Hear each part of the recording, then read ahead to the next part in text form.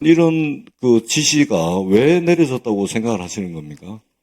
글쎄요, 뭐 잘못된 대통령과 잘못된 장관과 잘못된 기관장과 잘못된 직원들이 있었기 때문입니다. 잘못된 지시사항을 거부한 네, 그 결과 채용 공고가 나고 계약을 해지하는 것으로 저희들이 판단해도 무방하겠습니까? 예, 그렇습니다. 네. 그 지규철 프리랜스 지금 다리가 불편해서 오늘 목발을 짚고 오셔서 왜 다쳤습니까? 얼마 전에 족부 골절이 있었습니다. 그래서 수술을 해서 요즘 목발을 짚고 있습니다. 예, 아마 뭐 이번 일을 통해서 마음의 상처도 있고 또 이 몸이 불편하신데도 불구하고 이렇게 나와주셔서 고맙다는 말씀을 드리도록 하겠습니다. 감사합니다. 그 지규철 프리랜서께 몇 가지만 좀 여쭤보도록 하겠습니다. 그 17년 근무하셨다고 그랬죠? 네네, 그렇습니다. 네, 그러면 17년 동안 요 자막 관련 일만 쭉 하셨던 주로 건가요? 그 일을 했습니다. 예. 그러면 지난 17년 사이에 네. 이 자막과 관련해가지고 이걸 넣어라 빼라 뭐 이런 그런 일이 있었습니까? 17년 동안? 가령 뭐 정책과 관련해서 뭔가 좀 소개해야 된다든지 이런 거는 뭐 이걸 좀 소개했으면 좋겠다든지 정부 정책 중에서 좀 강조해야 될 부분이 있다든지 이런 거는 뭐 있었습니다만 뭐 이런 식으로 빼라든지 이런 거는 없었습니다. 예. 그 잘 안 들리니까 마이크를 예. 예. 이런 일은 처음이었습니다. 예. 그러니까 처음이라고 보면 되는 거죠. 17년 동안. 네네. 예. 굉장히 이례적인 일이 발생을 한 건데 네. 우리 선생님께서 이렇게 이례적인 17년 동안 이례적이라고 판단 되는 이런 그 지시가 왜 내려졌다고 생각을 하시는 겁니까? 글쎄요, 뭐 잘못된 대통령과 잘못된 장관과 잘못된 기관장과 잘못된 직원들이 있었기 때문입니다.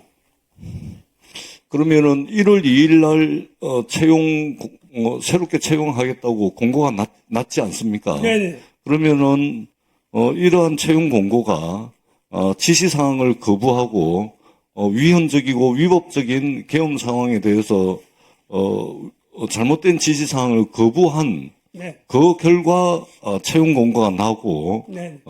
계약을 해지하는 것으로 저희들이 판단해도 무방하겠습니까? 예, 그렇습니다. 네. 원장님, 정책방송 원장님, 제가 볼 때는 예.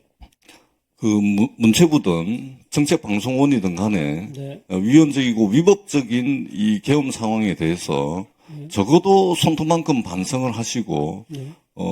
이것이 국민들께 미안한 마음이 있다면 지규철 프리랜서와 같은 분을 지켜주시는 것이 그 반성과 어떤 국민들에 대한 사과 이것을 표현할 수 있는 최소한이라고 저는 생각을 합니다. 이 원장님, 한 말씀 드려도 되겠습니까?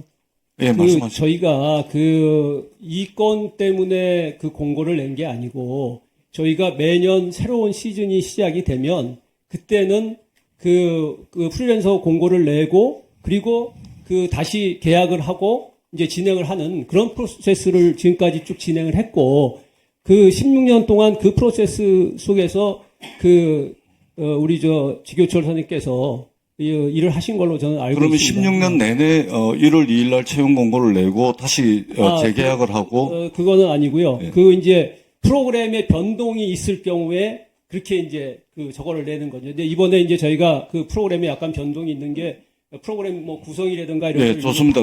지규철 프리랜서님, 네. 우리 원장님 말씀이 맞습니까? 저는 이런 경우는 처음입니다. 처음이라고 그러죠. 예, 공고를 내서 다시 원서를 내고 면접을 보고 이런 형식으로 다시 채용된 경우는 없습니다. 원장님 어떻게 생각합니까? 그거는 우리 여기 저는 이제 최근에 와서 우리 추동진 팀장이 자, 추동진 팀장님, 예. 추동진 팀장이 예. 설명을 드리는 게 좀 좋겠습니다. 네. 저는 그렇게 얘기를 들었는데. 네. 아니, 모르면서 이렇게 막말을 해요? 아닙니다. 모르면서 이렇게 확실히 아니요. 제가 면서 그 말씀. 자, 제가 말씀드리는 원장님, 거는 네네. 자, 원장님, 네. 제가 물어보는데 정확하게 말씀을 하셔야죠. 네. 지금 당장 그 예, 원장님 예. 말씀이 16년 내내 그렇게 했다는데 이게 처음 있는 일이라고 이야기를 하고 있지 않습니까? 아, 죄송합니다. 뭐 그 제가 예, 됐습니다. 앉아주시고. 잘못 이해를 했었던 자, 부분이 있었던 팀장님. 것 같습니다. 네. 예, 팀장님 예. 말씀하십시오. 예. 네, 존경하는 이견 의원님, 이몽경 의원님, 저희가, 요번 전에 그 개편할 때라든지, 그리고 이제 봄 개편, 보통 이제 방송국은 봄 개편, 가을 개편이 있습니다. 그 전에 이제 저희들이 세종시라는 특수한 상황이 있어가지고 공고를 냈는데, 이게 지원을 이제 자막 스쿨 같은 경우는 세종시에서 일을 하는지 알고 아무도 지원을 안 했습니다. 그래서 우리 지구철 선배님을 계속 이렇게 같이 이렇게 일을 했던 거고요. 최근 이제 9월 달에도 이제 그 이력서를 이제 좀 보내줬으면 좋겠다라고 9월 달에도 개편이 있어가지고 보내달라고 했는데 그때 이력서는 지금 줄 수가 없으니까 지금 간단한 소개 양력해서 보내드리겠다 해가지고 그런 적이 있습니다. 이제 지규철 선배님이 얘기한 부분들은 일부 맞는 것도 있지만 저희들이 이제 거기서 이제 지원을 안 했기 때문에 계속 같이 일을 했던 겁니다. 그게 오해가 있었던 것 같습니다. 7년 동안 근무했으면 정규직하고 똑같은 거예요. 예, 맞습니다. 예. 예. 자, 예, 뉘앙스의 차이가 조금 있는데 다시 한번 정책 방송 원장님. 자, 저렇게 한 적이 팀장님 없습니다. 앉아주시고요. 저렇게 자, 한 적이 원장님. 네. 윤석열 대통령이 내란 수계인지 아닌지는 우리 장관님 또 원장님께서 계속해서 그것은 이제 법적 판단을 받아봐야 된다라고 말씀을 하시는데 뭐 좋습니다. 예, 그거는 일단 차치하고서라도 적어도 한국정책방송원이 이번에 윤석열 대통령의 위헌적이고 불법적인 계엄 상황, 비상계엄에 대해서 적절하지 못하다는 인식은 같이 동의를 하시는 거 아닙니까? 그것이 내란 수계든 아니든 간에 내란죄에 해당하든 안 하든 간에 위헌적이고 위법적인 것이라고 인정을 한다고 저는 생각을 합니다. 그렇다면 적어도 그것을 인정을 한다면 지규철 프리랜서에 대해서는 기존에 17년 동안 해왔던 그 통상적인 절차와 과정을 거쳐서 저분이 하시던 17년이나 하시던 그 일은 한국정책방송원에서 계속할 수 있도록 하는 것이 적어도 한국정책방송원 입장에서는 위헌적이고 위법적인 비상계엄에 대해서 잘못됐다라고 인정하는 단정이자 국민들에 대한 도리라고 생각합니다.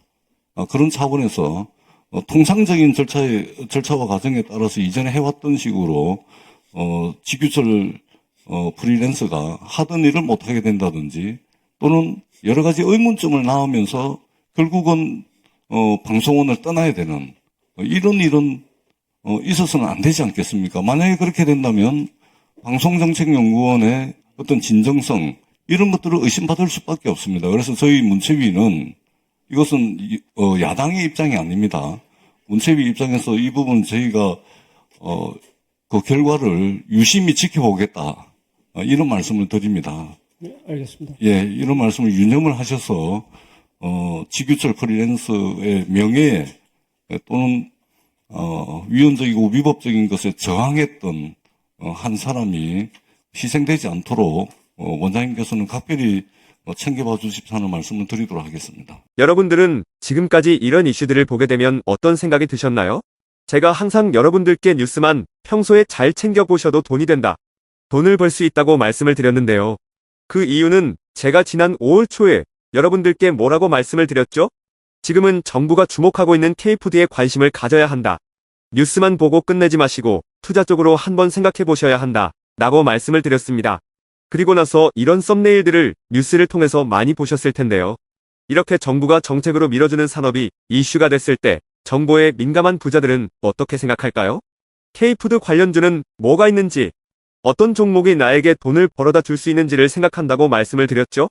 그 이유가 뭐냐 하면 부자들이 봤을 때는 이슈가 곧 돈으로 이어지고 이런 이슈들이 돈을 벌어준다는 경험적 확신이 있기 때문에 부자들은 항상 이런 사회적 이슈들을 관심 있게 챙겨본다고 말씀을 드렸습니다. 실제로 제가 지난번에 시청자분들과 함께하는 주식으로 수익 내기 이벤트를 진행했었는데요. 당연히 100% 무료로 진행했고 여기 보시면 저한테 구독이라고 문자 남겨주신 모든 시청자분들께 이렇게 K푸드 관련주 중에 가장 급등할 확률이 높은 한성기업 딱 한 종목을 여러분들에게 추천을 드렸어요. 그러면서 여기 나와 있는 대로 정확하게 얼마에 사야 하는지, 그리고 어느 정도 올랐을 때 팔아야 하는지 이런 부분들까지 자세하게 알려드렸었는데 결과가 어떻게 되었죠? 오른쪽을 보시면 아시겠지만 제가 5월 2일에 문자로 이 한성기업을 소개해드리고 나서 주가가 이렇게 2배 넘게 급등이 나왔다. 그래서 당시에도 굉장히 많은 분들이 제가 드린 한성기업으로 수익을 내셨을 텐데요. 다시 한번 축하드린다고 말씀을 드리고 이번에도 마찬가지입니다. 최근에 정부가 집중적으로 밀고 있는 산업이 해외 건설 시장이고 그 중에서도 K신도시에 대한 관심도가 계속해서 높아지고 있기 때문에 관련 종목들이 부각받을 수밖에 없다. 그 중에서도 정부가 가장 핵심적으로 밀어줄 것으로 예상되는 K신도시 대장주 한 종목에 돈이 몰릴 것이다. 당연히 우리가 이쪽으로 생각해야 한다는 겁니다. 그래서 이번에도 지난번과 똑같이 저에게 신청이라고 문자 보내주시면 정부가 강력하게 추진할 것으로 예상되는 K신도시 정책주 중에 앞으로 대장주 역할을 하면서 주가가 가장 크게 급등할 한 종목을 구독자분들에게 문자로 종목명과 사고 파는 시점을 모두 알려드리겠습니다. 그래서 여러분들이 주식으로 돈 버는 연습을 한번 해보시라 이렇게 말씀을 드리고 지금 이 영상을 보시는 시청자분들 중에 나도 이번 종목이 궁금하다 하시는 분들은 누구나 상관없이 그리고 어느 시간대나 상관없이 부담 없이 이렇게 상단에 제 번호를 항상 남겨놓고 있습니다. 제 번호 010-4406-8870번으로 저에게 지난번처럼 신청이라고 문자 보내주시면 제가 이번에도 똑같이 무료 추천 급등주 문자를 보내드리겠습니다. 이해되시죠? 그래서 제 번호 010-4406-8870번으로 신청이라고 문자 보내주시면 여러분들이 직접 이슈를 통해서 돈 버는 연습을 해보실 수가 있는 거고 제가 돈을 받는 것도 아니고 투자를 대신해드리는 것도 아니기 때문에 부담 없이 신청해주시면 되는 겁니다. 그리고 수익이 나면 저는 다른 것은 바라지 않습니다. 제 채널에 구독, 좋아요 한 번씩만 눌러주시면 감사하겠습니다.